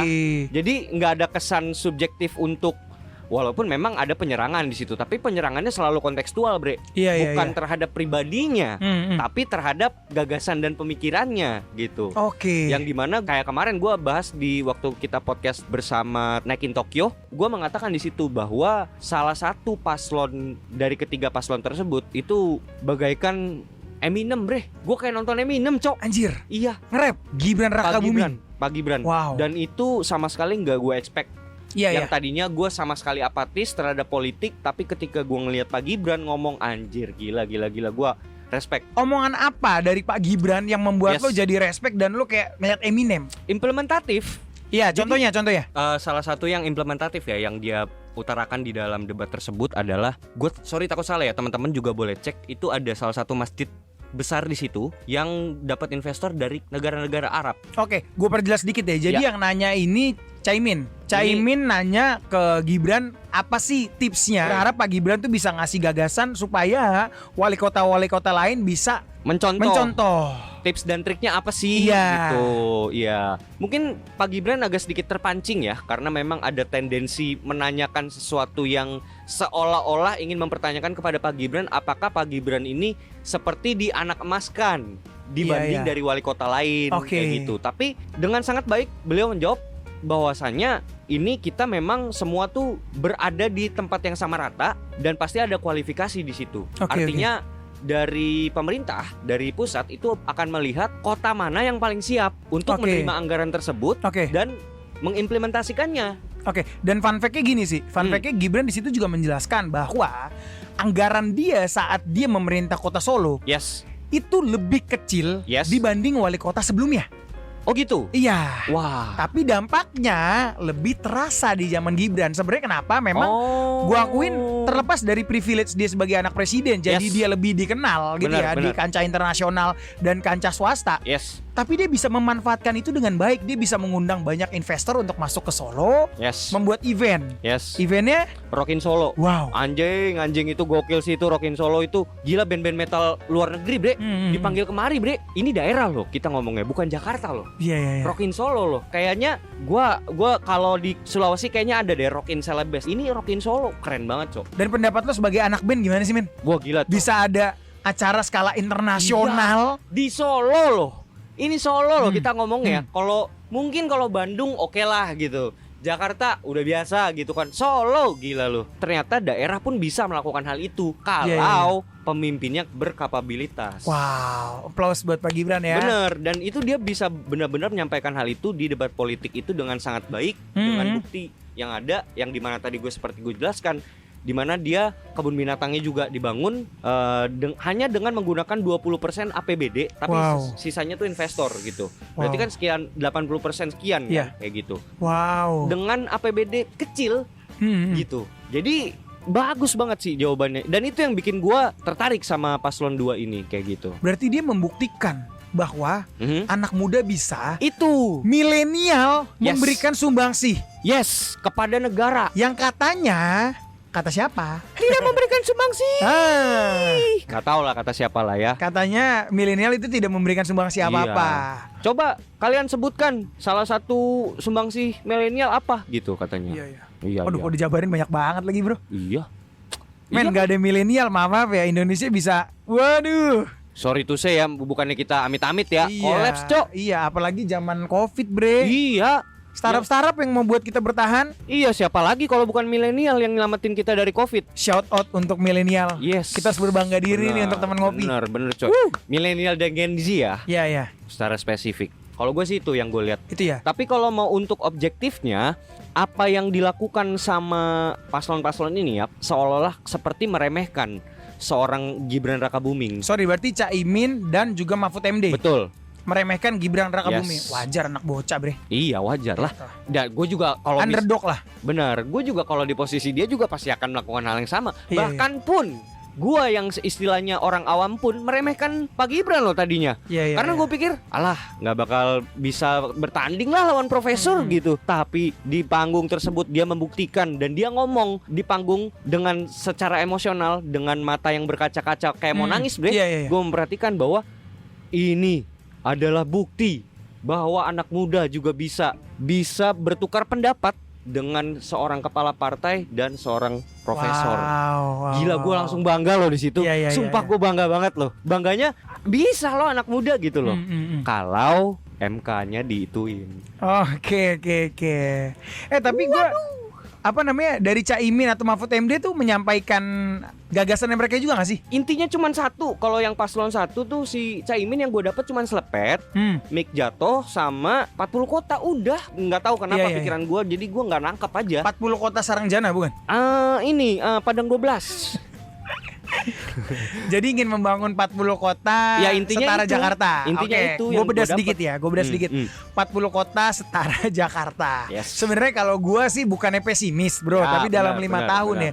Sekarang Jakarta bisa jadi kota metropolitan sebesar ini. Yes. Itu berdarah-darah, bro. Oke. Dari zaman kemerdekaan pembangunan terpusat di Jakarta. Ya. That's why Jakarta bisa sebesar ini. Iya. 40 kota dalam 5 tahun sebesar Jakarta. Ya. I'm sorry to say this, Ya. it's just a fucking dream lah. Nah, inilah teman-teman ya, membedakan orang yang pro kepada rakyat dan orang yang tidak pro kepada rakyat. Dan sorry banget, gue nggak setuju lagi kalau sebanyak itu gitu ya. Karena menurut gue, misalnya let's say gue tinggal di Salatiga, gue tinggal di Siantar. Justru gue suka dengan pace-nya yang lambat, yang slow, yang santai. Di Jakarta tuh pace-nya tuh gila, serba persaingan. Wah, melelahkan, Sikat bro. sikut. Iya, melelahkan. Jakarta itu sikat sikut. Iya. Kalau Jogja itu santuy.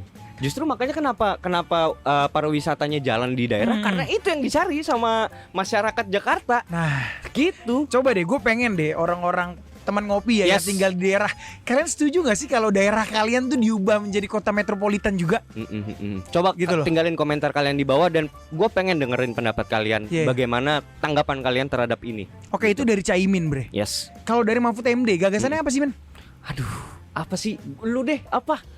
Yang lu Gua tangkep? karena gue tidak terlalu mendalami debat cawapres ya, karena menurut gue tuh pengen lihat pemimpinnya. Jadi gue Oke. memang cuma nonton potongan TikTok. Yang pilpresnya aja. Iya. Oke. Gitu, jadi gue nggak nangkep nih poin-poinnya.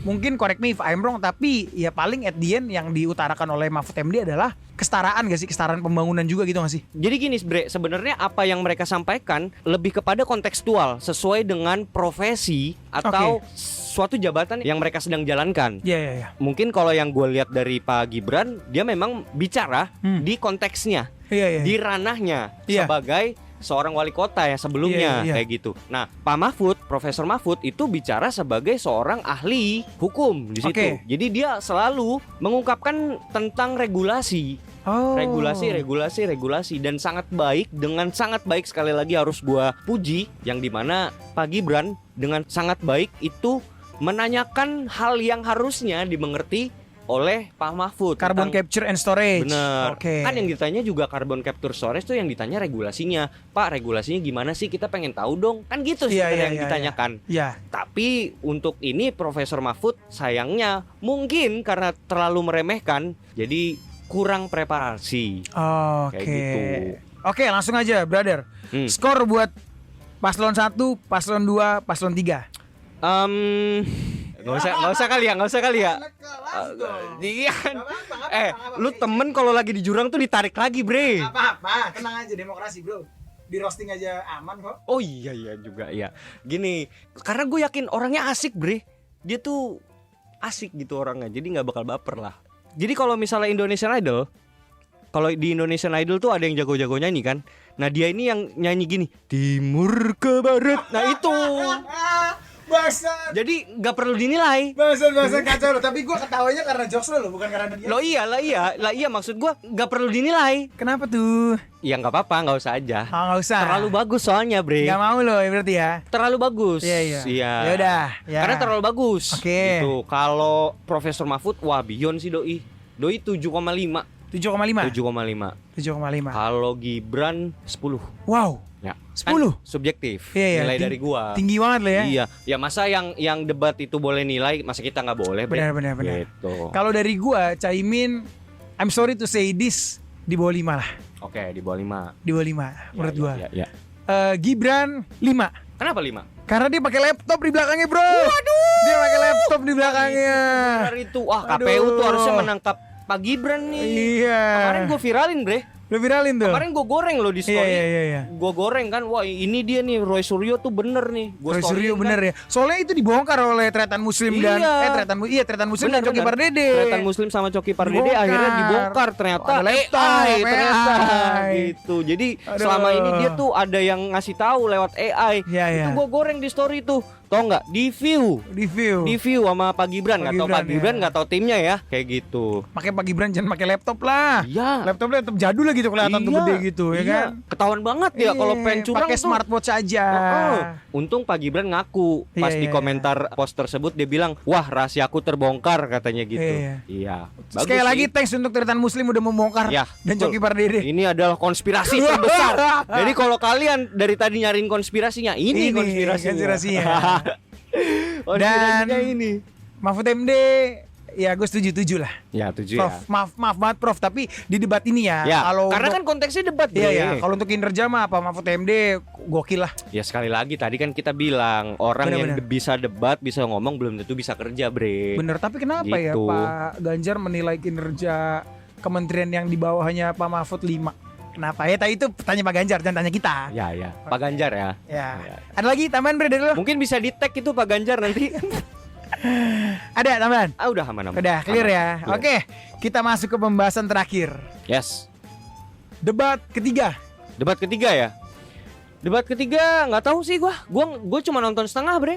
Lo nonton setengah? Nonton setengah doang. Soalnya dari awal cuma nyerang-nyerang doang. Iya lagi, maksudnya Tapi saling menyerang ya. Jadi semuanya tuh saling menyerang aja. maksudnya unfortunately menurut gue debat ketiga ini maaf banget teman ngopi, mungkin kalau teman ngopi dapat esensinya silakan di drop komen gitu ya. Tapi menurut gue nggak ada yang bisa gue tangkap dari debat ketiga. Jadi sama sekali nggak ada gagasan atau esensi apapun yang bisa kita tangkap. Iya lagi men, sama itu sekali. sangat amat disayangkan ya. Sangat amat disayangkan gitu. Waktu-waktu debat itu kan harusnya diisi dengan gagasan ya kan. Maksudnya menit 2 menit itu harusnya isinya gagasan tuh. Tapi kenapa di sini hanya penyerangan dan pembelaan diri yang gue lihat? Gue sebagai salah satu fans lah, gue bisa dibilang gue ngefans dengan cara Pak Anies menyampaikan pendapat dan cara dia memimpin Gubernur DKI Jakarta memimpin DKI Jakarta. Ini fact ya.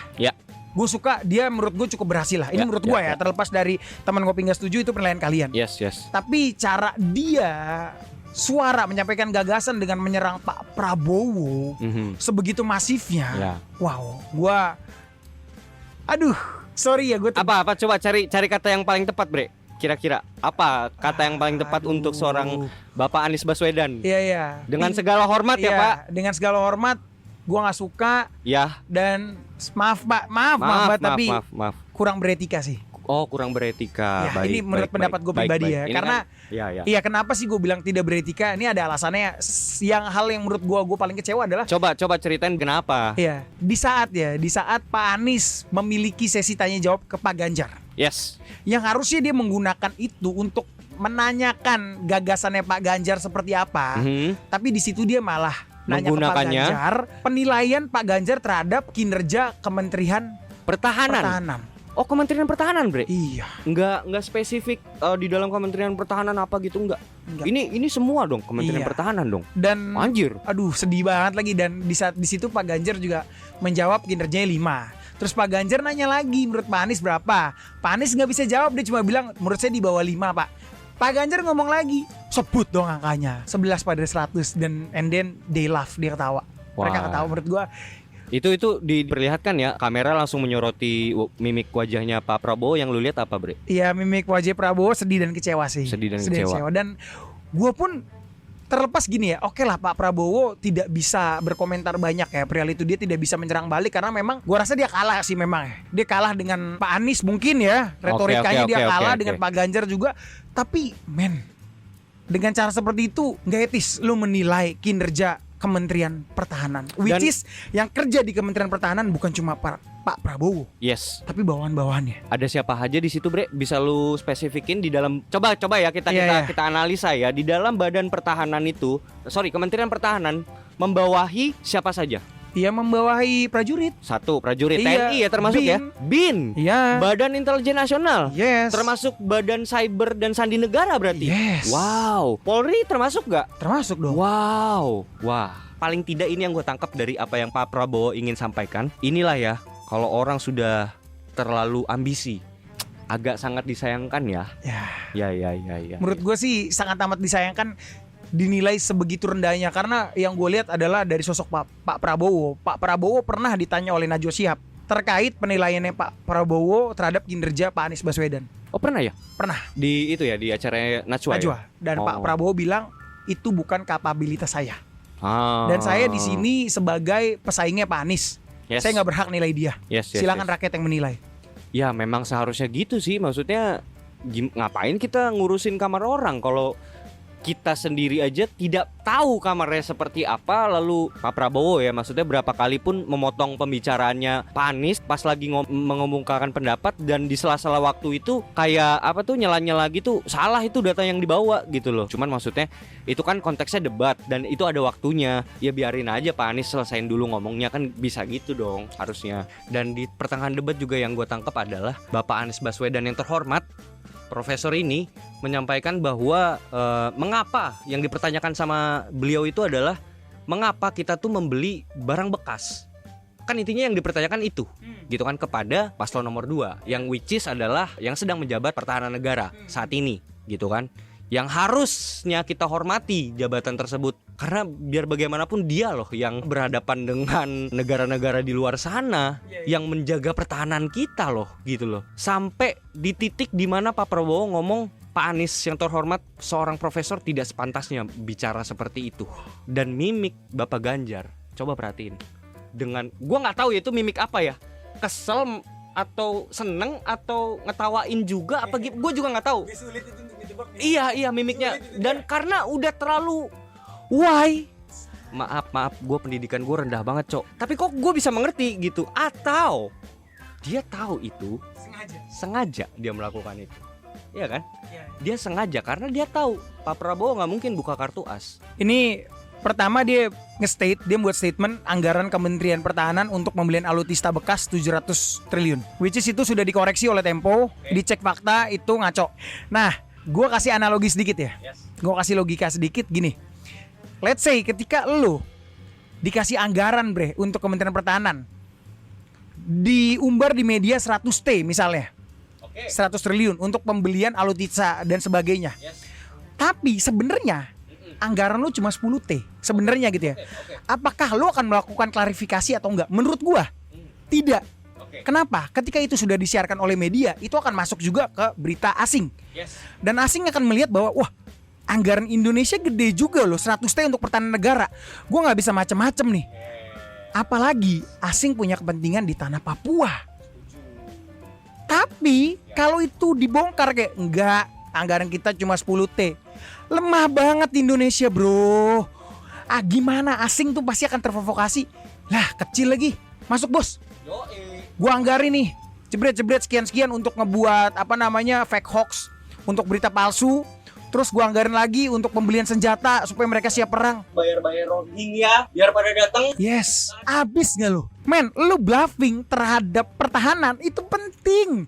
Karena gue yakin bapak-bapak CIA dan bapak-bapak FBI yang sedang mendengarkan konspirasi ngopi ini juga pasti nonton, bre. Wah, itu dia pada nobar. Iya, pasti nobar. Ini buat teman-teman mungkin yang tidak sependapat, gue harus mengutarakan logika gue tadi ya. Kayak, men, pertahanan tuh harus penting. Lu nggak mungkin ngumbar-ngumbar pertahanan lu gitu loh. Makanya kenapa Anda mengerti kan kenapa Bapak Prabowo bilang seorang profesor tidak seharusnya bicara seperti itu.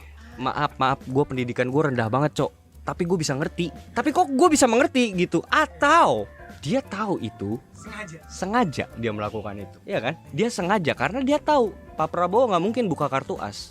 Dan siapa sih yang paling berhak menilai kinerja Kementerian Pertahanan? Presiden. Men, kalau lu udah jelek, Pak Jokowi itu paling suka mereshuffle menterinya. Iya, ya bahkan kan ada juga yang direshuffle baru 2 tahun kan.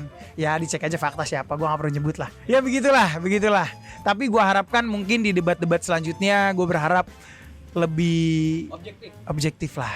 Nih dari paslon 3 mau ngomong. Gue baru kepikiran sih. Temanya kan adalah keamanan ya. Ini si konspirasinya tuh harusnya dari Bawaslu atau KPU-nya itu harus memfilter lah. Keamanan dan pertahanan ini didebatkannya untuk kemajuan bangsa, bukan untuk memperdebatkan kepentingan jabatan. Kita dapat punchline-nya, bre. Kita dapat punchline-nya dari jawaban Dinyo ini. Keren. Gila. Kita dapat punchline-nya. Punchline-nya adalah debat yang ketiga kemarin fail, bre. Fail. Ngaco. Tapi kita nggak bisa 100% menyalahkan kontestan ya. Iyalah. Karena sebenarnya harus dipertanyakan juga nih yang memberikan pertanyaan, regulasi menjawab pertanyaan ini tuh sampai mana, apakah itu sudah dibahas atau enggak. Next apa sih temanya? Gak tahu gua. Nggak tahu ya? Oh ini gue tahu, metafisika. Quantum entanglement. Yoi, Spooky action ada di ditunggu teman-teman, ntar kita bahas itu. Ini nama program kita apa nih? Selepet Politik. Tapi intinya kalau dari gue meng-encourage teman ngopi, siapapun pilihan Anda, itu pasti yang terbaik untuk Indonesia. Dan gue berharap teman ngopi nggak ada yang golput. Konspirasi ngopi, Seruput dulu kopinya.